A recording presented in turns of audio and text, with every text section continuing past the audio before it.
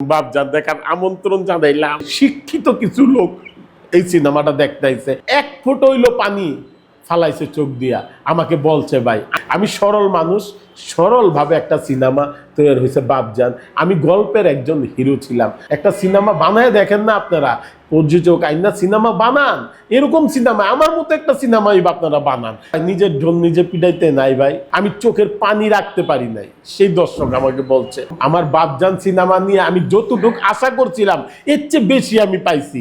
আমার খুব ভালো লাগছে যখন দেখলাম আপনার ছেলে মেয়ে তারপর বউ বেডি নিয়া আপনার বাচ্চা নিয়ে হলে আইসা ছবি দেখতেছে, তখন আমার দেখা মনটা ভইরা গেছে ভাই। মানুষের ভালোবাসা পাওয়া এত সহজ না। যখন এই সিনেমাটা আমরা হলে দেখতে গেলাম, ভিজিট করলাম, আমি 4-5টা হলে মনে করেন আপনার হলে ভিজিট করতে পারি নাই, তো আমি 2টা হলে ভিজিট করছি। ওই হলে যেমন বনানী সিনেমা হলে দেখলাম বাচ্চা ছেলে মেয়ে নিয়ে সিনেমা দেখতে আসে, শিক্ষিত কিছু লোক এই সিনেমাটা দেখতে আইছে। আমার খুব ভালো লাগছে ছবিটা দেখা, এক ফুট হইলো পানি ফালাইছে চোখ দিয়া, আমাকে বলছে ভাই আমি তো আর জানি না, আমাকে বলল হাসমত তোমার ছবিটা দেখতে গিয়া আপনি এক ফুট হইলো চোখ দিয়া পানিটা ধরে রাখতে পারি নাই। যে গল্পটা একটা ফ্যামিলি সেন্টিমেন্টের একটা গল্প, খুব ভালো লাগছে। প্রত্যেকটা হলে মোটামুটি ভালো যাচ্ছে ভাই, যেই বৃষ্টি চারো কিনার দিয়া পানি, তারপরে যে মুন্দের ভালো আলহামদুলিল্লাহ সেল ভালো যাচ্ছে, এইটি আল্লাহর কাছে লাখ লাখ কোটি কোটি শুকরিয়া। আমি সরল মানুষ, সরলভাবে একটা সিনেমা তৈরি হয়েছে বাপজান, আমি গল্পের একজন হিরো ছিলাম।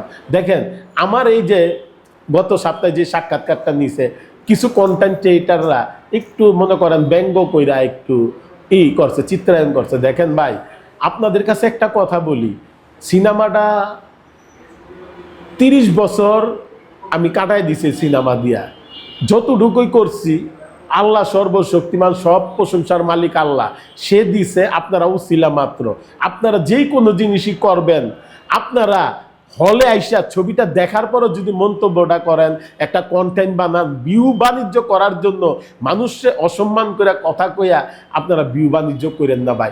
ওই টাকা কিন্তু আপনার হালাল না, হারাম টাকা হিসাব করতে গেলে।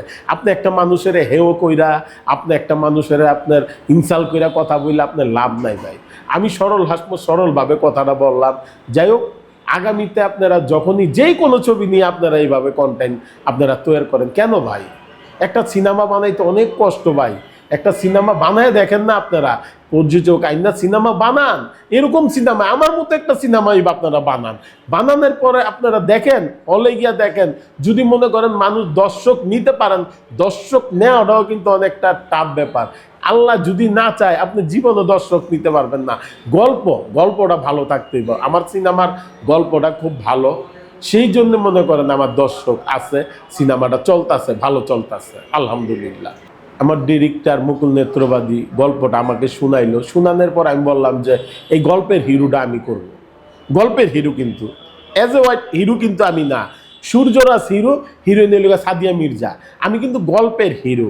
যাই হোক, আমি চেষ্টা করছি দর্শকদের ভালোবাসা পাওয়ার জন্য। 25-30 বছর ভাই কাটায় দিছি সিনেমায় কমেডি করতে করতে, এখন সিরিয়াস একটা ক্যারেক্টার করছি। আলহামদুলিল্লাহ দর্শক যেভাবে গ্রহণ করছে আমারে, আমি আলহামদুলিল্লাহ আমি স্যাটিসফাই ভাই। ঢাকা নারায়ণগঞ্জে আর ঢাকা মিলা 2টা হলে পাইছে, আর বাইরে পাইছে 10টা হলে। 12টা হল সিনেমা হলে আপনার রিলিজ হয়েছে। এখন 12টা সিনেমা হলের নামটা আমি নিতে পারি নাই কা। যাই হোক, আমি ভিজিট করছি বনানী সিনেমা হল, নারায়ণগঞ্জ ফতুল্লা, আর সৈনিক ক্লাব হইল বনানী। এই 2টা যেটি ভিজিট করে দেখছি আপনার মনে করেন ভালো যাচ্ছে।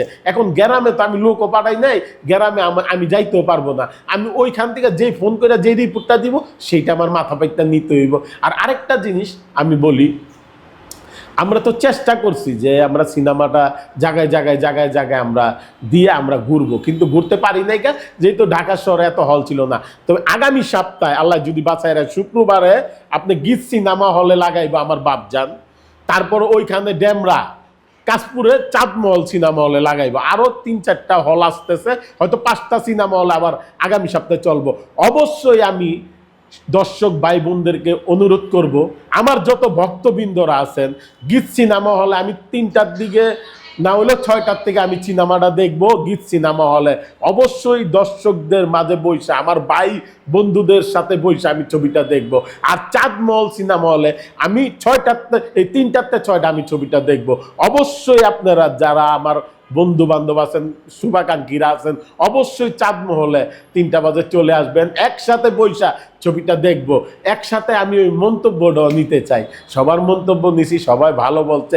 এখন চাঁদমহল আর গীত এইসব হলে যদি আরো ভালো যায়, আলহামদুলিল্লাহ, আল্লাহর কাছে লাখ লাখ কোটি কোটি শুকরিয়া।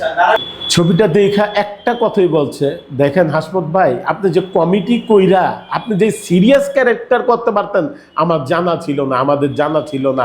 তো আপনি অত্যন্ত ভাই, নিজের ঢোল নিজে পিটাইতে নাই ভাই, অত্যন্ত ভালো অভিনয় করছেন ভাই। আপনাকে ধন্যবাদ জানাইলাম ভাই। আমি চোখের পানি রাখতে পারি নাই, সেই দর্শক আমাকে বলছে। দেখেন আমি ওই যখনই দর্শক হিসাবে আমি ছবিটা দেখি, আমারও ইমোশন চলে আসে ভাই সিনেমাটা যখন দেখি। আজকে মনে করেন আপনারা যদি সিনেমাটা দেখেন, দেখলে বুঝতে পারবেন যে এই সিনেমাটার ভিতরে কি আছে। ফ্যামিলি সেন্টিমেন্টের একটা ছবি। আপনার বাপের প্রতি যে একটা ভালোবাসা, মোহাব্বত, আর ছেলের প্রতি যে একটা অনীহা, সৎ মায়ের, এই জিনিসটা তুইলা ধরা হয়েছে আপনার সিনেমা হলে বাপজানের নামকরণে। দর্শকদের উদ্দেশ্যে একটা কথাই বলি ভাই, সিনেমা হলে আইসা ছবি দেখেন। আমি গীত সিনেমা হলে 6টাতে 9টা ছবি দেখব আগামী শুক্রবারে 24 তারিখ। আর হইল গিয়ে আপনার 3টাতে 6টা দেখবো আপনার চাঁদমহল সিনেমা হলে।